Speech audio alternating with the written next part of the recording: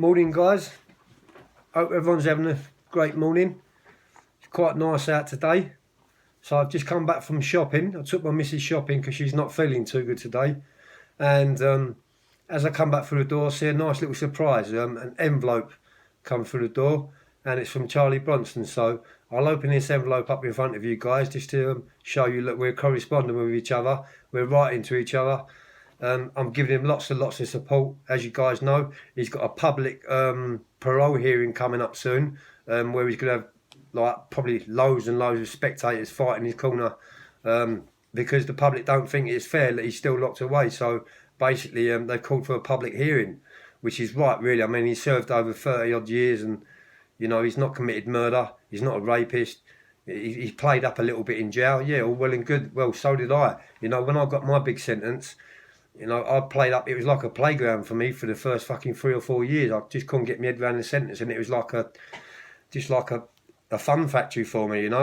Meeting all new mates in there, and we was having a laugh in there. It wasn't until I was about 5 years into my sentence that I actually realised, fucking hell, man, you got 13 years. And by the time I really realised that, I'd only have about 8 months left or a year left on it, and that's when I knuckled down and got my head down and started doing a bit of education to educate myself, because obviously you guys know that I didn't go to school much when I was younger. I missed out on all them vital years, so I actually put my head into a book and I learnt myself how to read and write in jail. So anyway, guys, I've done a part 1 with Sean Atwood. As you guys know, it was a 3-hour podcast, pretty intense, pretty emotional. It was a good podcast. So I've got part 2 to finish, and I'll be finishing it within the next few days. So hopefully that'll be up within the next week or so. Anyway, guys, I'm going to open this envelope up right in front of you guys just to show you. So, oh, that's my address. I know it's upside down, but on the back of the envelope it says, "Stay strong and I'll see you at the party." So that's good, isn't it? It'd be nice to see him at the party. It'd be nice to see him out. But I'll open it up now in front of you, and I'll actually read the contents out of what it says inside too.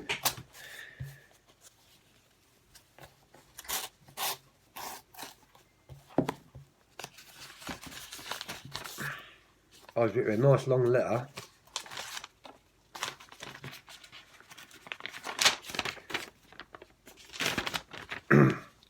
Joey, thanks for asking, but I don't know. FA, I'm a man of small needs. The smaller the better for me.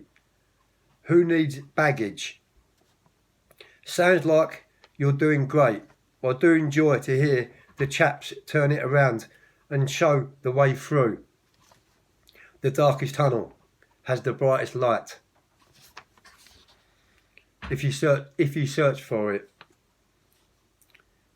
A tragic ending for Paula. I felt for her mother. So something's happened with Paula, and he said he felt for her mother. I had to put it on the first responsible. I'm not too sure. I can't really read that. Without any threat. I had to put it on the first something. Don't know if you can read that, guys. His handwriting is a little bit hard to. I'm not saying he's not a good writer. He's a good writer, but where he's probably got hundreds of thousands of fan mails, he's writing all the time, so he probably just scribbles it down quickly. But so anyway, I'll try and read the rest of it. A tragic ending for Paula. Yeah, I've read that. Without any threat. Just the truth. I'll get that part in. He says it's just the truth. If truth hurts people, then tough. Well done on your book, Joe. You're doing amazing. A South London Bolster Boys Towers is doing really well.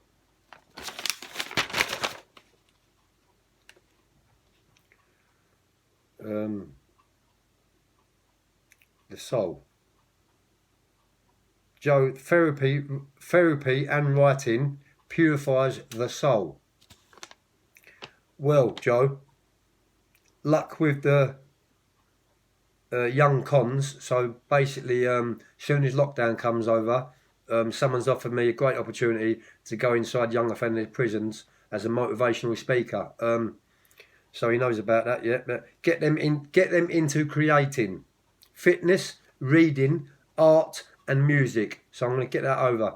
So Charlie Bronson is saying, get all the youngsters what are going to visit, get them into writing, fitness, and art and music. That's really vital and important. Everybody is born with a gift. They just have to search for it. Sorry about the reading, guys. As I say, it's pretty hard to read. I found my art in Wandsworth Cage. It helps me stay sane, my artwork. I love it. Sadly, the prison HQ don't. Laugh out loud, he says. As they no longer allow me to send it out. So they don't allow him to send nothing out no more. They no longer allow me to send it out, only to charity.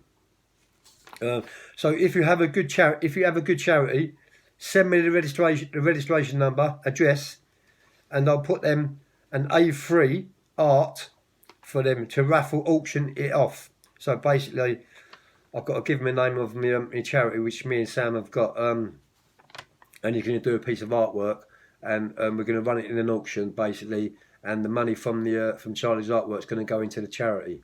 That's good. He's really, really helpful like that and thoughtful.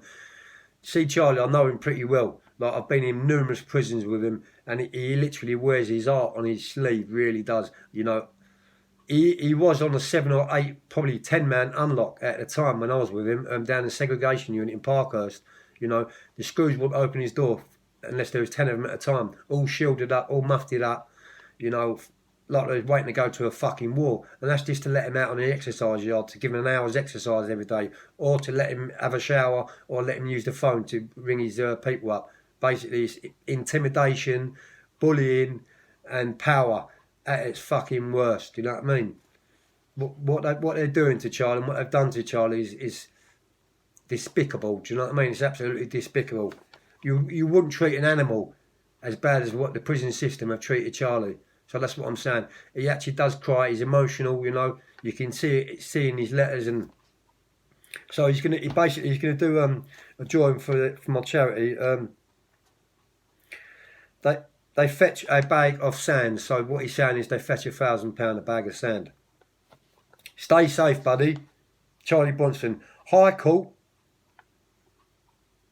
on the way for public roll. So basically, he's got a parole hearing coming up, as I said in the beginning of the video, and it's going to be public. So I'm going to try my hardest to get there. I'm going to have to get the dates where it is, and just to get there to give Charlie a bit more support. You know, the more support he gets, the better. So yeah, that's my letter from Charlie Bronson. As you can see it, guys. So I know it's back to front, isn't it? It's fucking strange. And he's always got a little, with his signature on the bottom of it, he's got a little trademark, so it's like that little spider there, see it? That's his trademark. But yeah, I mean, Charlie writes to me all the time. We write to each other quite a lot.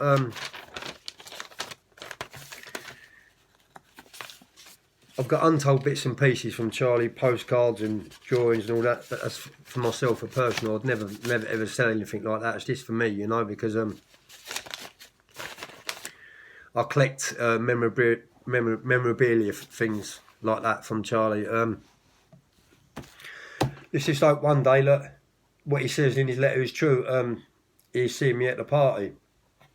So anyway, guys, I just thought I'd drop this little video in just to let you all know that part 2 of my podcast with Sean Atwood will be up very, very shortly. And it's going to be explosive. It's going to be the truth. I'm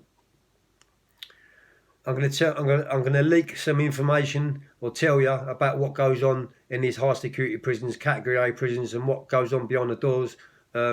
Violence, intimidation, attacks, drugs, suicides. I'm going to unravel the fucking lot. And on that big sentence, I fucking see a lot. I went through a lot, and I met a lot of good people, you know. Unfortunately, some of them good people have passed away. They've gone committed suicide or drug overdoses or some of them are still stuck in the system, like Charlie Bronson. He's obviously not a. You don't take drugs. He's a fitness fanatic. I remember like being next door to him in a segregation unit in Parkhurst back in the day, and all I could hear is like Charlie doing press ups on the floor, and handstands up the wall, and he just didn't stop training, constantly training. So yeah, I'm going to be mentioning about Charlie on my book too, and that's where I met Charlie, in Parkhurst. I think it was in year 1998. We still write to, as I said, we still write to each other. He's one of them guys what are still stuck in this system. Awareness, really, I'm just putting my my story out to the world. Part 1 and part 2 on the Sean Atwood show. Not for money, not for gain. I want to get this over really clearly, yeah? Because I see that many people are going on like high profile podcast platforms like Sean Atwood's, i.e. And other big podcasters, and people are setting their own YouTube channels up, and they're interviewing people. So basically, yeah, I mean, it's all good if that's what you want to do. If that's what rocks your boat. If you feel you've got the right tools to interview people and open them up, and obviously you've got to, like, anyway. Basically, it's not a bit of me. I'm not going to be doing nothing like that on my YouTube channel. I've opened my YouTube channel up purely for education and awareness, really. Mainly aimed at youngsters, just so I don't follow my footsteps, basically.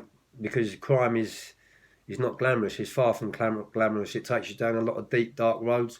You go in deep seas, you go to places where you don't want to go. You meet people you don't want to meet, and you do things what you don't want to do. And it's not till years later that I've realised that all that was just bullshit. Drugs is all them feelings, all them thoughts. You just don't need none of it. I'm clean nowadays, as you can see. Look, my eyes are wide awake. So yeah, this is just a quick video, guys, because I'm uploading a video every other day on my YouTube channel for awareness, not for gain, for awareness. So cheers, guys. Stay tuned in. Please subscribe and share my channel for more juicy, hard-hitting stories. Have a great day, everyone. Take care. Peace out, man.